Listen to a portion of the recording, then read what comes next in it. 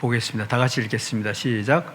왕이 이에 말과 병거와 많은 군사를 보내매 그들이 밤에 가서 그 성읍을 에워쌌더라. 하나님의 사람의 사언이 일찍이 일어나서 나가보니 군사의 말과 병거가 성읍에 에워쌌는지라. 그의 사언이 엘리사에게 말하되 내 주여 우리가 어찌하리까 하니 대답하되 두려워하지 말라.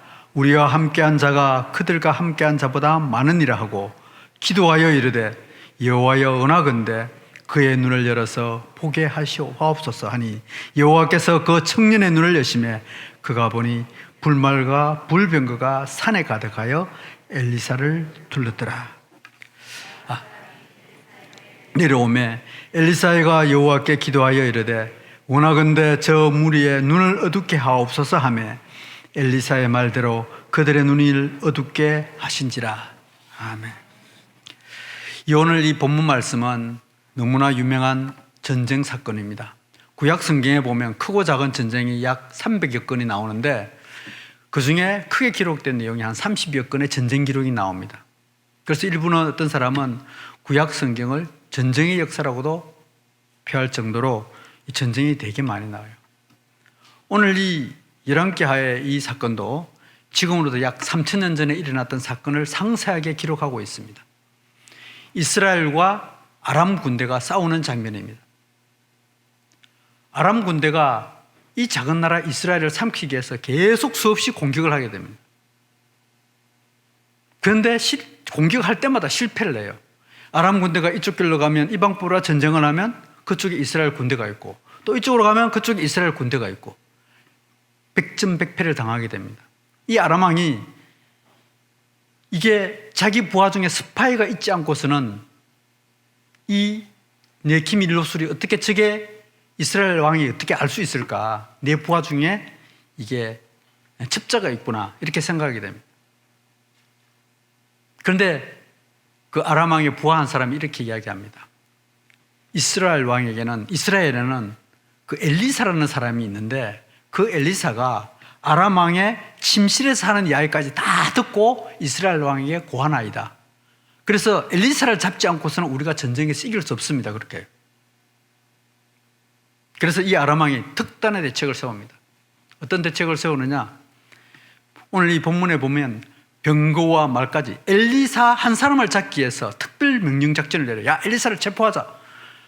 병거와 군사와 심지어 밤에 야간 기습 작전을 하게 됩니다. 오늘 본문 말씀에 보면 그런 말씀이 나오죠. 제일 첫 번째 14절에 말과 병거와 많은 군사를 밤에 가서 그 엘리사가 있던 성읍을 에워쌌더라.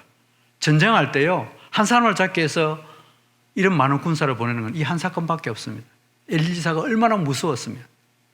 오늘날로 이야기하면 야간 특급 1급 작전이 밤에 벌어진 거예요.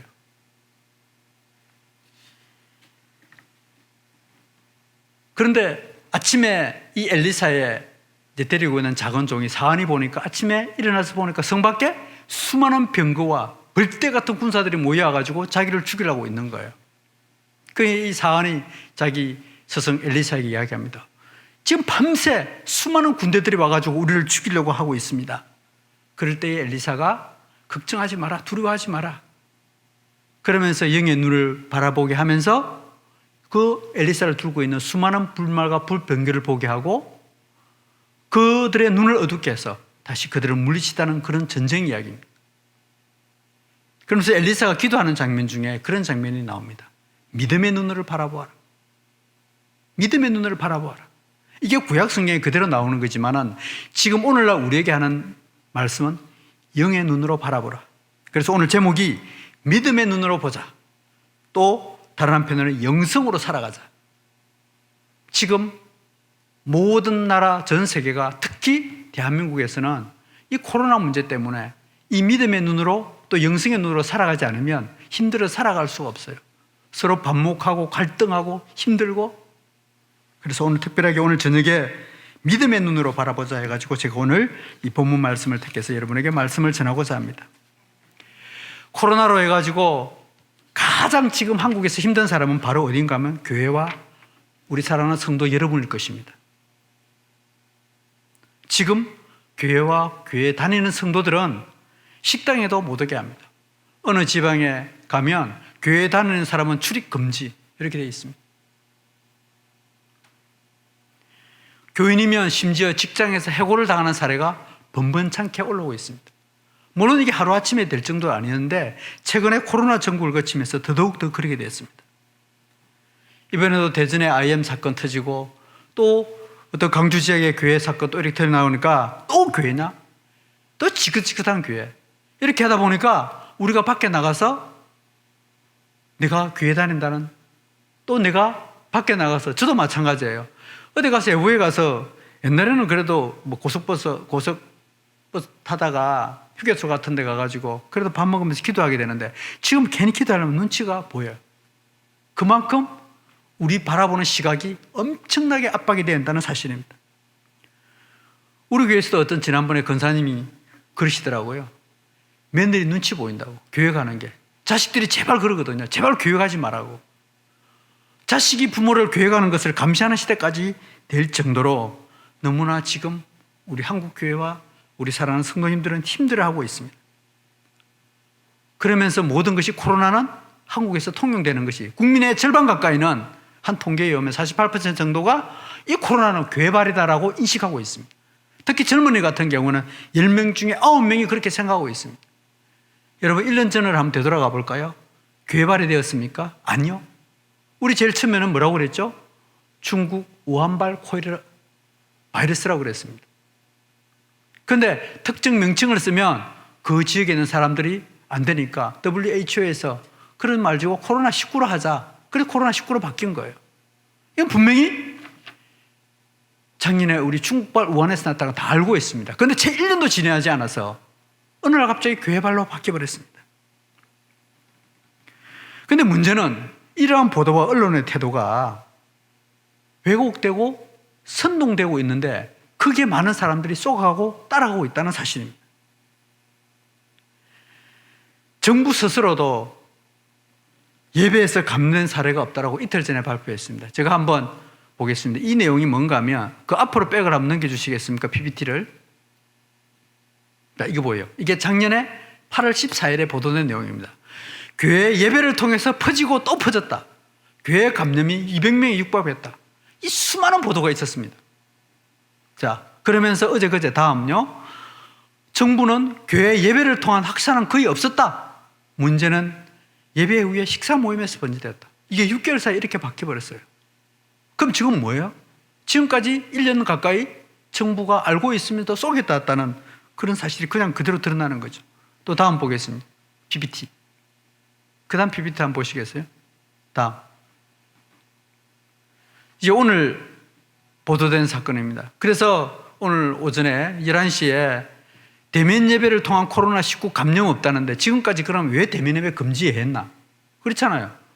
교회 안에서 예배 드리다가 감염됐기 때문에 그래서 대면 예배 금지시켰잖아요. 이 논리가 안 맞잖아요. 그런데 이게 정부에서 공식적인 발표가 났는데도 언론에서는 잠잠해요. 그래서 오늘 우리 목사님과 그 예배 회복을 위한 자유시민연대에서 오늘 헌법재판소에 가서 이게 이렇게 기자회견도 하고 이렇게 발표를 했습니다. 이게 지금 오늘의 현실이라는 사실입니다. 여러분, 우리 전 세계적으로 가장 악한 지도자 하면 떠오르는 사람이 독일의 히틀러일 겁니다. 그렇죠? 이 히틀러를 그렇게 악한 지도자로 만든 사람이 있습니다. 당시에 많은 사람들이 악했지만 몰랐어요. 그걸 만든 사람이 누구냐? 게벨스라는 사람입니다. 이 게벨스라는 사람이 이렇게 했어요. 정부의 거짓말은 처음에는 부정되지만 그 다음에는 의심이 되고 계속되면 모든 사람이 믿게 된다. 정확한 거예요. 이 요세프 게벨스가 이 히틀러를 그렇게 만들어버렸어요. 막 선동하고 거짓을 하고. 지금 대한민국이 이 코로나 때문에 정부에 쏘가고 있는데도 모르고 있는 거예요. 하나씩 사실이 드러나고 있는 거예요. 지난 11일 날도 이게 그냥 정부에서 하려고 하는 게 아니라 자기 발목으로 찍은 거예요. 오늘 이거 본문에 있는 것도 내용도 마찬가지인데요. 야, 이번에 설날 때 기자가 물었어요. 이번 설 때 5명 못 모이게 하는데 왜 그까지 감염했어요? 왜 교회발 코로나 있는 저 교회 예배는 막지 못하냐? 그러니까 그걸 설명하는 과정 중에서 교회 예배에서 감염병이 한 번도 없었다. 이렇게 실토하게 된 거죠. 저는 최근에 지난주에가 참 정말 힘들었습니다. 그 전에 우리가 이제 코로나 그 감염법 예방 때문에 그게 교회 폐쇄법이다 이야기했을 때 아무도 믿지 않았어요. 무슨 그게 교회라는 말 단 없는데 왜 교회가 과장되게 허풍되게 이야기하느냐? 목사님들 설교하는 거 그게 가짜뉴스다 해가지고 언론에서 막 떠들었어요. 근데 실제 부산 세계로 교회라는 교회가 실제 폐쇄되고 나니까 그 이야기가 쑥 들어가 버렸어요. 근데 그걸 통해서 좀 반격이 되는가 싶었더니 대전에 있는 그 선교단체 IM 사건으로 돼가지고 그 젊은 아이들 왜 우리 아이들이 그 학교에 가서 그 코로나 그 감염되어 있는 그걸 갖다 그냥 그대로 방치했느냐 해가지고 온 나라가 들고 일어났어요. 정말 힘 빠지더라고요. 그래서 제가 그때 하도 힘들어가지고 잠도 못 자고 있는데 그런 생각이 들더라고요. 예수님이 십자가 지고 골고다에 올라갑니다. 근데 예수님이 살아계실 때 그 앞에 3년 동안 계시면서 수많은 백성들 앞에 온갖 이적과 기사를 다 했잖아요. 여러분들 요한복음에 나오는 7가지 기적, 그 외에 수많은 기적이 있는데 물이 변하여 포도주가 되고 38년 된 병자도 고치시고 무리를 걸으시기도 하고 왕의 신하를 고치시고 눈든 장님을 고치게 하고 오병이의 기적을 일으키고 심지어 죽은 나사로까지 살리는 그 역사 현장을 봤습니다. 그런데 예수님이 십자가 지러 갈 때 전부 다 사람들이 손가락질하고 무기력하게 그냥 쳐다보고만 있었잖아요. 저 똑같은 현상인 거예요. 지금 교회가 저렇게 핍박을 받고 계란을 가지고 교회 벽돌에다 교회 간판에다 던지고 그 사태를 보는데도 그냥 다 침묵하고 있는 거예요. 제가 똑같다는 거예요. 교회 벽에다가 계란 던지는 거 제가 가서 맞고 싶더라고요. 저게 예수님이 그랬잖아요. 교회는 예수님의 몸이라고. 예수님이 십자가 지로 그 골고다 언저로 올라가는데 그냥 무기력하게 있는 거와 똑같은 그런 정말 무기력함을 느끼게 되는 거예요. 그럴 때 제가 읽었던 본문이 갑자기 열왕기하가 생각이 나서 오늘 이 말씀도 같이 전하게 되었습니다. 우리가 그 당할 때, 여러분 교회가 그렇게 아픔이 당할 때 그냥 그런갑다 침묵한다? 꼭 마찬가지라는 생각이 들어요.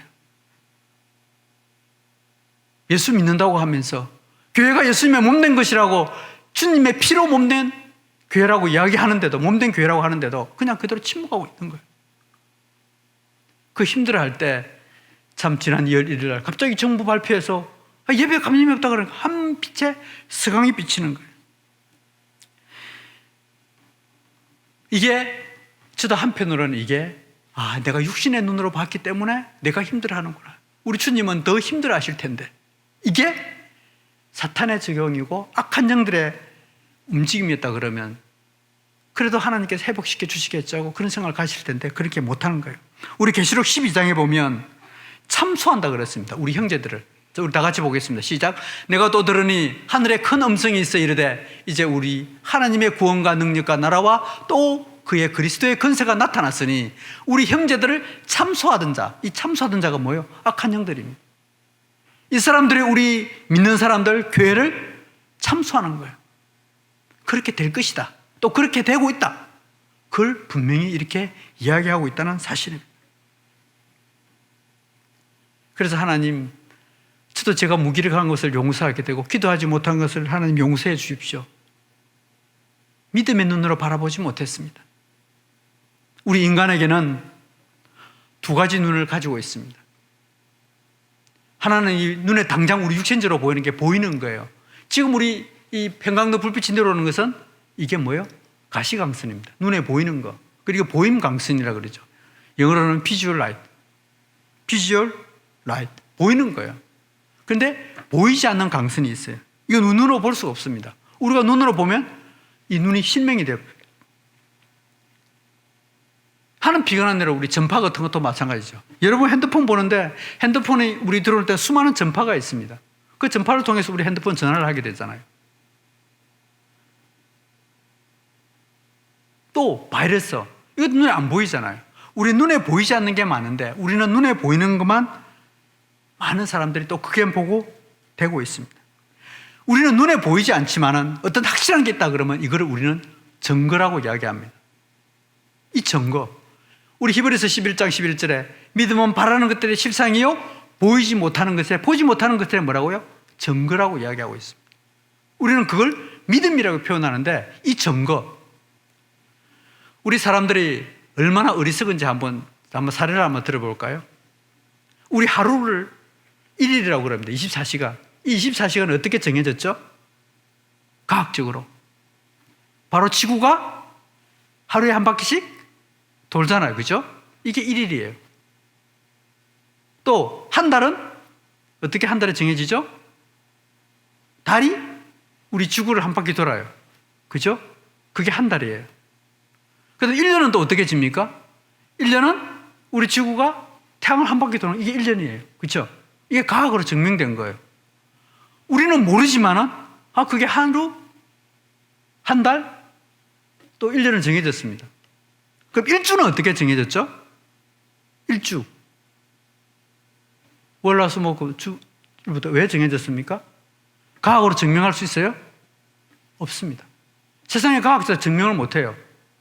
일주가 어떻게 정해졌어요? 정답은 성경밖에 없습니다. 하나님의 창조주기 일주일. 그게 일주예요. 너무나 단순한 거예요. 근데도 하나님이 없다고 합니다. 일주? 왜 생긴지도 몰라요. 성도들은, 세상 사람들은 그렇게 본다 할지라도 우리는 어떤 눈으로 봐야 되느냐? 우리는 영의 눈으로, 믿음의 눈으로 보아야 한다는 사실입니다. 세상을 바라보는 것을 우리는 시각이라고 합니다. 4가지 시각이 있어요. 세상을 바라보는 시각. 이걸 세계관이라고 이야기합니다. 감성으로 바라보는 사람, 이성으로 바라보는 사람, 지성으로 바라보는 사람, 영성으로 바라보는 사람. 이렇게 이야기를 하고 있습니다. 이 감성은 본능이라고 해요. 내 감정 내대로. 대표적으로 예를 들어 사랑을 느끼는 거, 우정을 느끼는 거, 또 내가 화나면 화를 내는 거. 이게 전부 다 감성이에요. 이는 인간은 누구나 본능적으로 다 가지고 있습니다. 그런데 이성이라는 것은 내가 어떤 사고를 할 때 합리적으로, 객관적으로 판단하는 거예요. 이것도 약간의 주관적인 게 있지만은 그래도 나르게 1 플러스 1은 2. 방금 얘기했듯이 지구가 하루 도는 거 이거는 1일이고 또 달이 하루 도는 건 한 달이고 또 태양을 한 바퀴 도는 것을 1년이라고 하듯이 이거는 이성으로 판단하는 거예요. 우리 인간은 항상 이 감성과 이성에서 왔다 갔다 합니다. 그런데 이 감성과 이성에 한계가 있어요. 또 하나 예를 하나 들어볼까요? 여러분은 얼마 전에 정인이 사건 알 겁니다. 정인이 사건. 그 화면 한번 잠깐 띄워주시겠어요? 그 다음에 정인이가 그 16개월인가 됐어요. 근데 그 양부모가 데려가가지고 애를 굶기고 때려서 그 내장이 파절돼 죽었잖아요. 정인이 사건, 디너드 대책, 살인죄로 다스려 은별죄로 하라고 온 국민이 일어났습니다. 청와대 청원을 하는데 50만 건, 막 90만 건. 막 죽이고 또 저기 있는 사람들이 뭐 크리스찬인이 많이 해가지고 뭐 저 부모까지 막 해가지고 온갖 사람을 욕을 했습니다. 그런데요, 정작 볼까요? 16개월 됐지만 최근에 우리나라 지금 낙태죄가 합법화되었습니다. 낙태죄가 합법화되었어요. 저기는 16개월이고 지금 대한민국에서는 24주까지, 정부에서는 24주까지 그냥 사람 죽여도 괜찮다. 그리고 거기다 보험까지 지불하자. 태어나지 않은 거나 태어났다는 그 차이 하나뿐이에요. 그런데 성경에서는 보면 태초에서부터 우리의 생명은 영혼은 주어졌습니다. 잉태할 때부터. 그런데 저기에서는 사람들이 막 붕괴하고 감성하면서도 왜 뱃속에 아이는 태어난 주기도 가만히 있습니까? 감성과 이성의 차이예요. 이렇게 사람들은 감성에 휘말려 살아오고 있습니다. 지성은 어떤 거냐? 감성과 이성 외에 지성이 있습니다. 이건 지식이 많은 사람들을 우리는 지성인이라고 하고 있습니다. 이런 사람들을 그래서 학사가 되고 석사가 되고 박사가 되고 이런 사람들은 많은 지식을 공부를 해요. 그리고 지식 있는 사람들을 세상에서 우대합니다. 이걸 인본주의 시각이라고 합니다. 사람의 지식으로 바라보려고 해요. 합리적인 거라고 생각하고 내세웁니다. 그러나 이것도 또 한계가 있습니다. 세상의 사람들은 하나님을 모르면 감성과 이성과 지성으로 살아가고 그것이 합리적이라고 생각을 해요. 그리고 그것이 옳다고 생각합니다. 여기까지예요. 그런데 예수 믿는 사람들은, 우리는 뭐가 있죠? 바로 영성이 있습니다. 하나님과의 관계 속에서만, 이것은 예수를 믿는 성령을 통해서만 가능하다는 사실입니다. 이게 믿음의 눈이에요. 오늘 성경 본문에서 똑같은 현상을 보고 엘리사의 사안과 엘리사의 바라보는 그 시각의 차이가 있었습니다. 엘리사 사안은 그 군대를 보고 공포를 느꼈습니다. 그러나 엘리사는 태연했습니다. 그 이유는 무엇일까요? 바로 믿음의 눈의 차이였습니다. 오늘날 전 세계가 코로나에 떨고 또 대한민국의 많은 사람들이 교회를 핍박하고 교회가 코로나에 지는지처럼 하지만 그 사람들은 세상의 눈으로 바라보기 때문에 그렇습니다. 제가 오늘 한 분의 그 기자의 글을 제가 소개하고자 합니다. 제가 띄워주시겠습니까? 제가 어느 분을 이분이 글인데요. 송상현 기자라는 분이 얼마 전에 기사를 썼습니다. 한교총회 대표회장 1월 21일 날 기자회견 간담회를 가지고 이 목사님이 기업의 경우 아무리 좋은 이미지가 있어도 그 회장과 기업의 이미지가 좋지 않으면 사람들은 물건을 사지 않는다 그러면서 교회가 이미지화해야 된다는 그런 논리였습니다. 제가 이 글의 핵심 부분만 좀 읽어드릴까 합니다. 한교총 대표회장 소 목사는 아무리 우리에게 예수 그리스도의 유일무이한 복음이 있다 하여도 교회 이미지가 브랜드가 떨어지면 과연 선교와 전도를 할 수 있나? 이것이 한국교회의 과제다. 지금 한국교회가 코로나 때문에 이미지가 나빠지고 많은 사람들이 하기 때문에 이미지와 브랜드를 높이는 데 힘을 쏟아야 한다고 강조했다. 과연 맞는 말일까? 소 목사의 발언은 오너 리스크가 실제로 영향이 큰 일반 사회에서 물건을 고를 때라면 맞는 말이다. 하지만 기독교의 복음은 그렇지 않다. 지금까지 한국 교회가 성장해 온 것은 예응이 아니라 세련된 이미지 때문이 아니다. 2000년대부터 다수의 언론들이 한국 교회를 깎아내리는 기사를 쓰며 안 좋은 프레임으로 씌워왔지만 그럼에도 불구하고 기독교는 성장해 왔다. 투박하지만 열정적으로 야성 있게 복음을 외쳤기 때문이다. 한국 교회가 성장의 한계에 부딪히거나 마이너스 성장을 하고 있다는 등의 말을 심심찮게 들었지만 실제 통계를 보면 그렇지 않다. 문체부가 발표한 2018년 한국의 종교 현황을 보면 개신교 인구가 가장 많으며 2005년부터 2018년까지 천주교 불교 신자가 계속 감소할 때도 개신교는 홀로 교인 수가 증가해 왔다. 아무리 우리에게 예수 그리스도의 유일무이한 복음이 있다 하더라도 교회 이미지와 브랜드가 떨어지면 무슨 전도와 선교를 할 수 있겠나 하지만은 기독교의 브랜드 이미지는 이미지가 됐지만은 소 목사의 전제와 해결책은 모두 틀렸다고 생각한다. 저는 기자의 눈이 목회자의 눈보다도 어떻게 더 영적인 눈으로 믿음의 눈으로 바라봤느냐, 바로 이 시각을 저는 전하고 이야기하고 싶습니다. 이런 역사적으로 증명된 사실이다. 전어를 서문호는 조선 군대와 무력 충돌 결과 불태워졌으며 토마스 선교사도 순교했다. 제너럴 서문호 사건으로 인해 심리양요가 일어났고 조선인들은 미국인들에 대한 이미지가 매우 좋지 않았다. 하지만 토마스 선교사가 순교당하기 전에 건넨 성경이 평양을 복음화시키고 이후에 놀라운 열매가 일어났다. 에콰도르의 아쿠아주가 복음을 전하기 위해 들어갔던 순교한 짐 엘리의 사건. 제가 오늘 PPT를 하나 준비했는데 이거 한번 보시면 압니다. 자기 어린 자녀를 두고 그 에콰도르에 들어가서 그 식인종에 잡혀 죽습니다. 이 아내가 자기 남편이 죽고 나서 다시 그 지역에 들어가서 지금은 그 지역에 목회자도 나오고 선교사도 세워지고 놀라운 일이 벌어졌습니다. 그런데 이 짐 엘리엇이 그 선교의 그 무모지의 식인종 지역에 들어갔을 때 당시에 미국의 언론에서는 정말 무모한 짓이다, 이 얼마나 불필요한 낭비인가 하고 당시에 미국의 모든 교회들이 그렇게 비난을 했습니다. 그러나 그 결과는 전혀 아니었습니다. 선교와 전도에서 중요한 것은 세련된 이미지가 아니라 실천이고 열정이었습니다. 코로나19 세대에 한국교회가 최우선으로 할 것은 이미지 제고 작업이 아니라 복음을 전할 수 있는 열정과 믿음이 필요하다는 것입니다.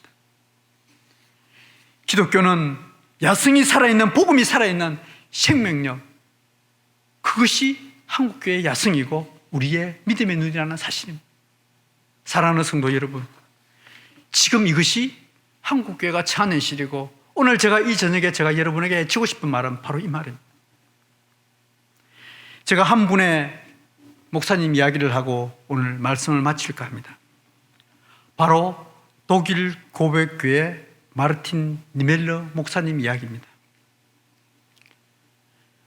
이분은 1892년부터 1983년까지 살았던 분입니다.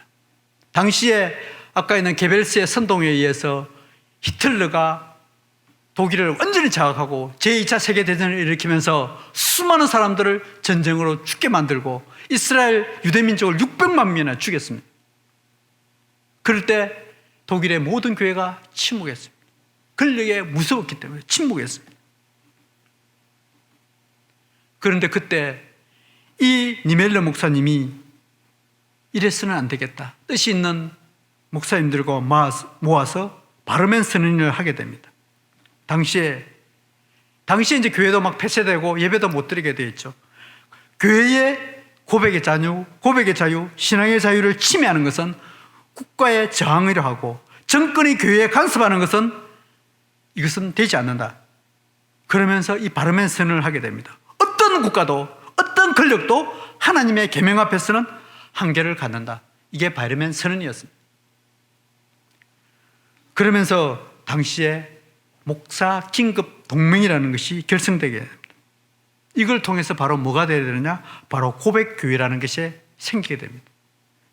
이 고백교회에 여러분이 잘 아는 칼바르트 사람, 그리고 보네퍼.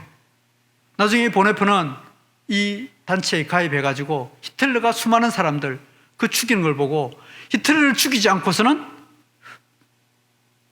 수많은 사람들의 생명을 주겠다. 그래서 미친 자에게는 운전대를 맡겨줬다. 유명한 말을 남기고 이제 그 암살단에 들어가죠. 근데 그게 바로 전쟁 끝나기 전에 몇 달 전에 체포가 되어서 사형당하게 됩니다. 이게 보네퍼 목사님, 칼 바르트. 실제 이제 독일의 신학적 이론을 만든 사람이었죠. 그런데 이 니멜러 목사님은 이 조직의 결성한 죄로 감옥에 잡히게 됩니다. 감옥에서 무려 8년 동안을 옥살이를 하게 됩니다. 당시에 많은 교회 지도자들과 물론 그게 성도님들은 그를 위해서 기도해 주고 정말 헌신되게 그 목사를 위해서 기도했습니다. 나중에 이제 전쟁이 끝나고 이 목사님이 풀려났습니다. 이제 다시 독일에 다시 자유가 찾아오고 이 고백교회를 중심으로 다시 독일의 부흥운동이 일어나게 됩니다. 그러고 나서 독일이 다시 전쟁터에서 제2의 독일의 부흥을 일으키는 놀라운 기적의 역사가, 교회 부흥의 역사가 일어나게 되는 신앙 회복운동이 일어났다는 사실입니다. 지금은 우리 교회다는 것이 부끄럽고 창피하고 힘들 수도 있습니다. 이걸 우리는 극복해야 될 그 시기가 되었어요. 믿음의 눈으로, 영의 눈으로 우리가 바라봐야 된다는 사실입니다. 히브리서 12장 2절 우리 다 같이 말씀 보면서 우리 찬양하고 같이 불렀으면 좋겠습니다. 히브리서 12장, 우리 찬양대도 앞으로 나오시죠. 아까 우리 믿음의 눈으로 한번, 믿음의 눈으로 바라보자. 악보 준비되었습니까? 우리 히브리서 12장.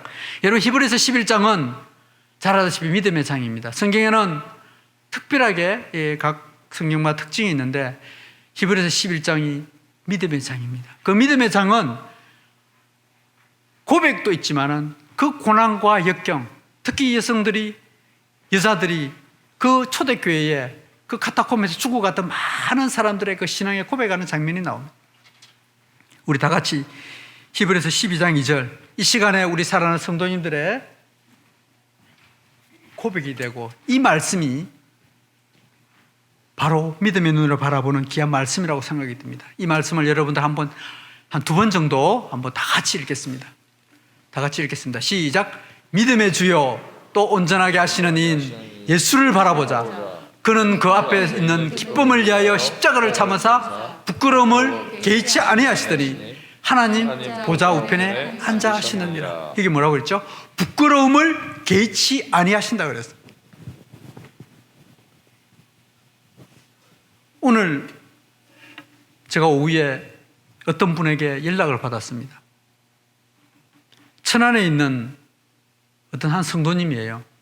저희가 이제 여자연이 결성돼서 한 700개 교회가 하고 있는데 저에게 그런 요구를 합니다. 이제 우리 지금 우리 목사님, 이충만 목사님 사모님이 이제 최초 그 전화를 받고 이제 저에게 연락해 주어서 오늘 제가 연락했던 상황인데, 이분이 뭔가 하면 천안에 자기가 예배를 드리고 싶은데 예배를 드리는 교회가 없대요. 그래서 예자연에 가입된 교회를 소개해 달라는 거예요. 근데 이분이 회원도 아니에요. 그게 뭐냐? 나는 예배 드리는 교회를 찾고 싶은데 그 교회에 가고 싶다는 거예요. 지금 이게 진짜 이게 나타나는 현상입니다. 여러분, 우리 사랑하는 송천교회가 지금 많은 위험을 부릅쓰고 우리가 끊임없이 예배를 드려왔습니다.